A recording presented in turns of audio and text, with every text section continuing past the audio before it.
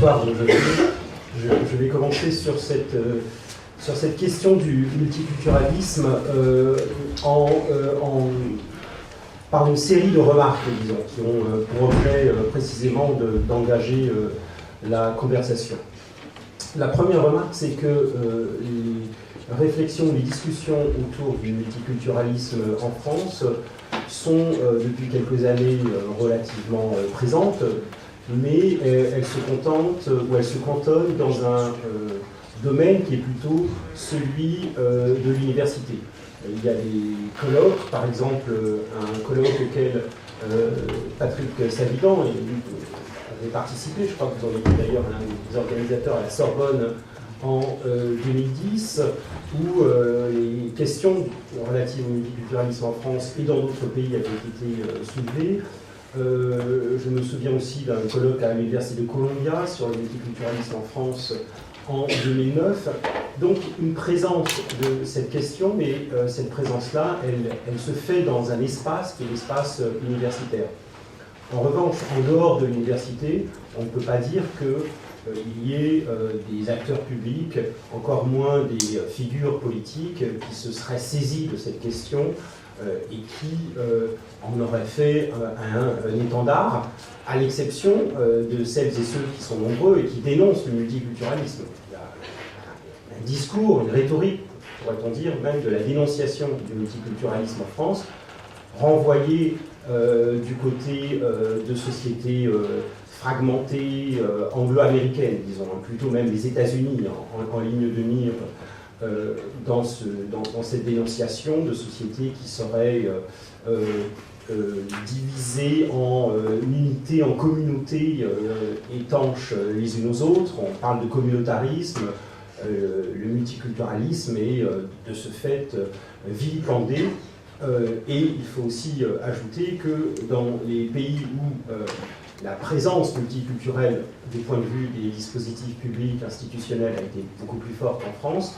qu'à partir du début des années 2000, on a vu un reflux et des formes de critique à l'égard du multiculturalisme. C'est le cas du Canada, c'est le cas aussi de la Grande-Bretagne, de l'Allemagne dans une certaine mesure ces dernières années. Donc, en dehors de l'université, le débat est relativement peu existant. Il y a même des formes de délégitimation de ce débat. On n'imagine pas en France un homme politique faisant du multiculturalisme, vous voyez, un élément central de ses propositions. Elle serait fortement délégitimée. Il y a quelque chose là qui n'a pas, un débat qui n'a pas pris d'une certaine manière en France. La deuxième remarque, c'est que dans le champ universitaire, les débats, les prises de position ont plutôt été du côté de spécialistes de philosophie politique, de spécialistes de sciences politiques, un peu de sociologie politique, donc dans des perspectives qui sont des perspectives souvent relativement théoriques, et en disant cela, je ne critique pas bien entendu ces perspectives qui sont éminemment précieuses. En revanche, du côté des sciences sociales et de l'histoire, le bilan est assez vite tiré. Je n'ai pas souvenir de publications récentes d'historiens ou de sociologues non politistes, disons, sur la question, sur l'histoire, par exemple, du multiculturalisme et sur l'histoire des théories multiculturelles dans une séquence suffisamment longue, pas simplement depuis les années 70, et dans une perspective, pourrait-on dire, multipolaire, c'est-à-dire une perspective qui ne concerne pas simplement l'Amérique du Nord, disons, le Canada et éventuellement l'Australie depuis les années 70, mais qui s'intéresse également à ce qui a pu se passer dans d'autres pays et d'une manière générale à ce qui a pu se passer dans tous les pays qui ont eu ou qui ont des sociétés impériales ou post-impériales, c'est-à-dire des sociétés avec des populations différentes et historiquement des statuts et des formes de hiérarchie, disons, entre ces populations dans des espaces qui sont par exemple les espaces coloniaux avec des statuts, des différences de citoyenneté. C'est le cas évidemment des États-Unis, c'est le cas du Canada, c'est le cas de l'Australie, vous voyez, c'est le cas de ces pays, mais c'est aussi le cas des empires coloniaux européens qui, à partir de l'entre-deux-guerres surtout, accueillent des populations variées et où se font entendre des musiques qui sont un peu dissonantes par rapport au discours officiel, discours assimilateur en particulier en France. La troisième remarque en lien avec ce que je viens de dire, c'est que il me paraîtrait intéressant de regarder du côté justement des sociétés civiles, du côté des associations, du côté des figures intellectuelles françaises en particulier, pour tracer l'histoire des discours qui ont été des discours de contestation de l'assimilation, de la grande théorie assimilationniste qui, jusqu'à aujourd'hui, a conservé une partie de sa force, disons. Et moi-même, je me suis beaucoup intéressé il y a quelques années à l'entre-deux-guerres et aux discours qui sont les discours autour de la négritude, si vous voulez, c'est-à-dire les discours qui contestent le discours assimilateur, le discours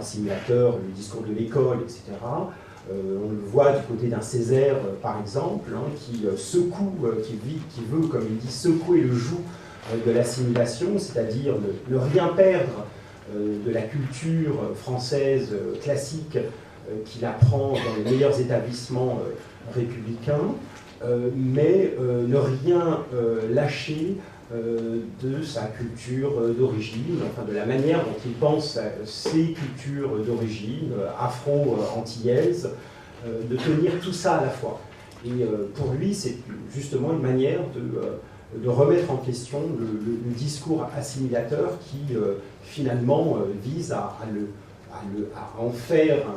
un évolué, comme on disait dans les années 30, un noir évolué, c'est-à-dire arraché de sa culture d'origine, qui aurait tourné le dos à sa culture d'origine. Et ce n'est pas un hasard d'ailleurs si Césaire et Senghor, à la même époque, choisissent des spécialités universitaires qui se situent dans l'hypercentre en fait, du discours assimilateur, en tout cas de la culture française, les lettres classiques pour Césaire et puis la grammaire du côté de Senghor. Donc il s'installe là au cœur de la langue française, si l'on veut, mais c'est en même temps une manière aussi de la subvertir. C'est une manière à la fois d'être dans le cœur et de proposer un discours subreptice, un discours de subversion. Donc il me paraît utile, intéressant, de montrer comment le grand discours assimilateur français a été remis en cause, a été contesté de façon subreptice, de façon plus ou moins biaisée, depuis, je pense, l'entre-deux-guerres, mais peut-être la généalogie pourrait-elle être antérieure, jusqu'à aujourd'hui. Ces formes de contestation, d'ailleurs, n'ont pas nécessairement rencontré une oreille fermée ou sourde du côté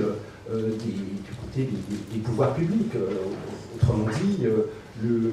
discours de l'assimilation peut aussi, du point de vue des sciences sociales et de l'histoire, être mis au regard des pratiques politiques depuis l'entre-deux-guerres, pratiques politiques républicaines, des différents pouvoirs publics, à l'échelle de l'État, mais aussi à l'échelle des collectivités régionales, etc., qui ont pu laisser place à des formes d'expression culturelles et autres qui n'étaient pas en ligne ou en phase avec le grand discours d'assimilation. C'est particulièrement vrai, disons, depuis, alors à partir du moment où, particulièrement, me semble-t-il, dans l'espace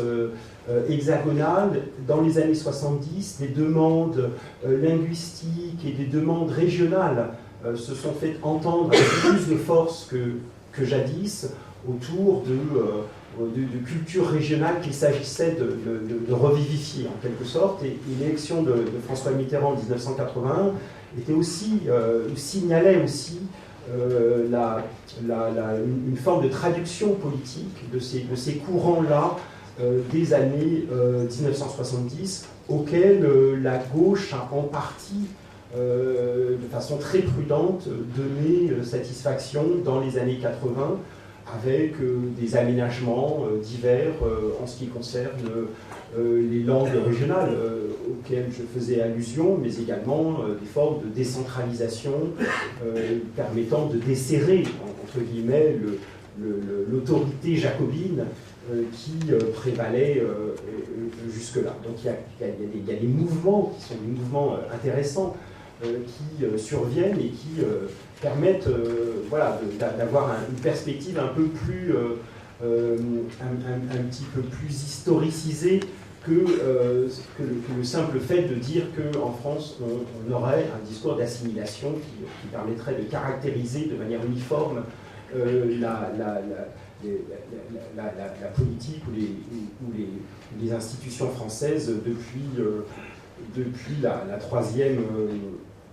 depuis la troisième République. Alors, un autre élément qui me paraît aussi important, c'est le fait que c'est le fait que la question multiculturelle, lorsqu'elle est théorisée et formalisée à partir de la fin des années 60, d'abord au Canada, en Australie, puis aux États-Unis, elle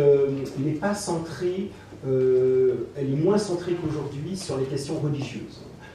À l'époque, les questions linguistiques, pour le Canada c'est important, les questions également relevant du monde indien, du monde amérindien, en ce qui concerne le Canada, étaient des questions tout à fait importantes, et c'est de cela dont on parlait beaucoup alors, et puis progressivement, les questions religieuses, et plus récemment même la question de l'islam, ont pris une dimension tout à fait importante jusqu'à recouvrir presque le champ du multiculturel. Et on a vu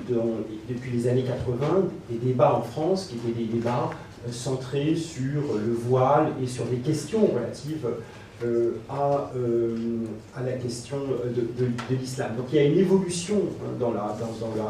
les discours et dans les débats autour du multiculturalisme qui mène, disons, vers des questions religieuses qui n'étaient pas à ce point centrales dans les années 1970. Une dernière remarque d'historien aussi à propos des années 70, c'est le fait que aux États-Unis en particulier, il y a une histoire qui est une histoire antérieure aux années 70, c'est l'histoire du pluralisme américain qui commence au début du XXe siècle avec des penseurs importants comme Callen en particulier. Et donc Callen invente même la notion de pluralisme culturel au début du XXe siècle. Mais pour ces penseurs américains, le pluralisme a une limite, c'est celle des populations européennes. La question pour Callen, qui est un Américain juif d'origine allemande, de cette partie de l'Allemagne qui confine à la Pologne, c'est dans le vocabulaire français la question de l'intégration des migrants non protestants d'Europe orientale et d'Europe du Sud. Ça n'est pas la question des mondes afro-américains ou amérindiens. Et les historiens de ce qu'on appelle la whiteness ont montré comment les mondes migrants aux États-Unis sont progressivement devenus blancs, si vous voulez, se sont intégrés à la société américaine. Le New Deal est une époque absolument centrale pour cela, mais avec des limites qui étaient des limites très clairement racialisées, qui excluaient certains groupes. Et ces groupes, bien sûr, frappent à la porte et s'organisent politiquement dans les années 50 et surtout dans les années 60. C'est le mouvement pour les droits civiques aux États-Unis qui fait éclater en quelque sorte l'enveloppe trop étroite à leurs yeux du pluralisme américain pour inclure justement des groupes qui n'étaient pas les groupes d'origine européenne, les Noirs américains, mais aussi les Latinos, aussi dans les années 70, les Amérindiens, tous s'organisent pour faire valoir une manière d'être américain qui, après tout, vaut toutes les autres. Donc l'apparition et la structuration politique du multiculturalisme en Amérique du Nord, elle ne se fait pas de façon linéaire, hein. Elle se fait dans un contexte qui est un contexte de bataille politique, de groupes qui demandent, n'est-ce pas, à des formes de reconnaissance des situations présentes et passées et à des formes également d'équité qui n'étaient évidemment pas présentes jusque-là, tant les différentes formes de ségrégation étaient présentes. Et donc ça, cette histoire-là, elle est à la fois très américaine, mais on peut remarquer des mouvements qui sont des mouvements similaires dans d'autres sociétés, avec une force et une visibilité moins grande, y compris la société française. De ce point de vue-là, moi je suis très frappé par, depuis l'entre-deux-guerres, des demandes insistantes que l'on pourrait qualifier, enfin, que j'ai appelé le paradoxe minoritaire, si vous voulez, c'est-à-dire des demandes par lesquelles il s'agit à la fois de réclamer une forme d'invisibilité, mais aussi une forme de visibilité. Une forme d'invisibilité par laquelle les citoyens, les habitants réclament de ne pas être traités différemment des autres, et donc que les torts et les méfaits qu'ils peuvent subir soient efficacement combattus. Hein. C'est tout l'espace des politiques qu'on pourrait appeler les politiques antidiscriminatoires, qui sont bien utiles et bien nécessaires en France encore aujourd'hui, aux États-Unis aussi d'ailleurs, selon des modalités différentes. Donc ça, c'est la demande d'invisibilité, hein, de faire que la couleur de peau, par exemple, n'ait aucune incidence dans l'accès aux biens rares, l'emploi ou des formations qualifiantes, ou bien un appartement à louer, par exemple, alors que la question se pose évidemment encore aujourd'hui. Et puis aussi, parallèlement à cela, des demandes qu'on pourrait appeler des demandes de visibilité, c'est-à-dire par lesquelles les personnes manifestent des manières d'être, des liens avec une filiation, avec une culture, avec une famille, avec une origine réelle ou réinventée, qu'ils souhaitent formuler de manière assez visible pour les autres et dans la société française, sans avoir nécessairement à raser le mur. La possibilité, par exemple, d'être français et musulman, pratiquant, sans que cela soit vu comme un problème ou comme une situation temporaire que le temps finira par abolir. Donc être à la fois visible et invisible. Et les deux sont, me semble-t-il, toujours présents, alors avec des équilibres différents. Il y a des tensions, bien entendu, les choses ne se règlent pas de manière selon une équation chimique, mais les deux sont présents parce qu'on sent bien aussi qu'une société purement multiculturelle, voilà, en tout cas selon des principes qui seraient des principes de reconnaissance des identités culturelles, que ce genre de société ne résout pas la question de l'égalité. On peut avoir des sociétés à la fois très multiculturelles et très inégalitaires. Les nord-américaines sont plus multiculturelles que les nôtres, mais elles sont aussi beaucoup plus égalitaires. Donc la question du multiculturalisme ne règle pas la question de l'accroissement spectaculaire des inégalités depuis les années 80. Hein. On est dans une longue séquence d'accroissement des inégalités économiques. Et puis d'un autre côté, un discours qui serait lui plus français, plus classique, de l'assimilation, et en même temps avec une forme d'égalité républicaine qui peut être aussi prônée dans le même mouvement, on voit bien que ce genre de discours craque aussi parce que il y a derrière le discours classique d'assimilation, en dépit des variations que j'ai soulignées tout à l'heure, des formes aussi d'inégalité parce que le discours d'assimilation ne considère pas les individus sur le même plan. Hein. Il y a des gens qui sont plus égaux que d'autres, si l'on peut dire. Et donc, le discours d'assimilation, lorsqu'il était dénoncé par un Césaire, fait l'objet toujours de fortes oppositions. On voit bien qu'il y a quelque chose là qui ne fonctionne pas. Donc, c'est cet équilibre, c'est ce que Michel Vieuve-Urquhart avait pu appeler il y a quelques années le multiculturalisme tempéré, hein, par opposition à un multiculturalisme éclaté, c'est la distinction qu'il faisait. C'est cette forme de multiculturalisme tempéré qui, me semble-t-il, est en jeu, en tout cas pour un certain nombre d'entre nous aujourd'hui, des formes de reconnaissance, mais qui ne se passent pas au détriment d'une manière de se penser ensemble, qui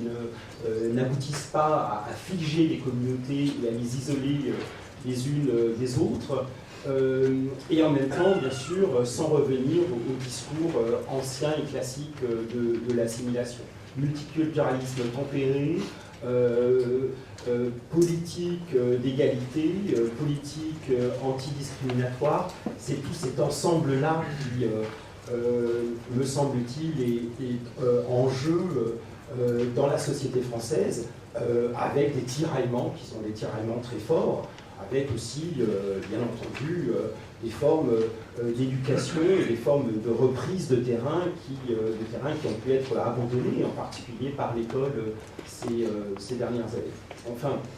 ce genre de débat aurait évidemment gagnerait à sortir des murs de l'université, mais c'est pas facile aujourd'hui, c'est pas facile de parler de forme d'identité, c'est pas facile de parler de multiculturalisme tant le mot est chargé négativement depuis les années 90, mais ça n'est pas une raison pour ne pas persévérer, bien sûr.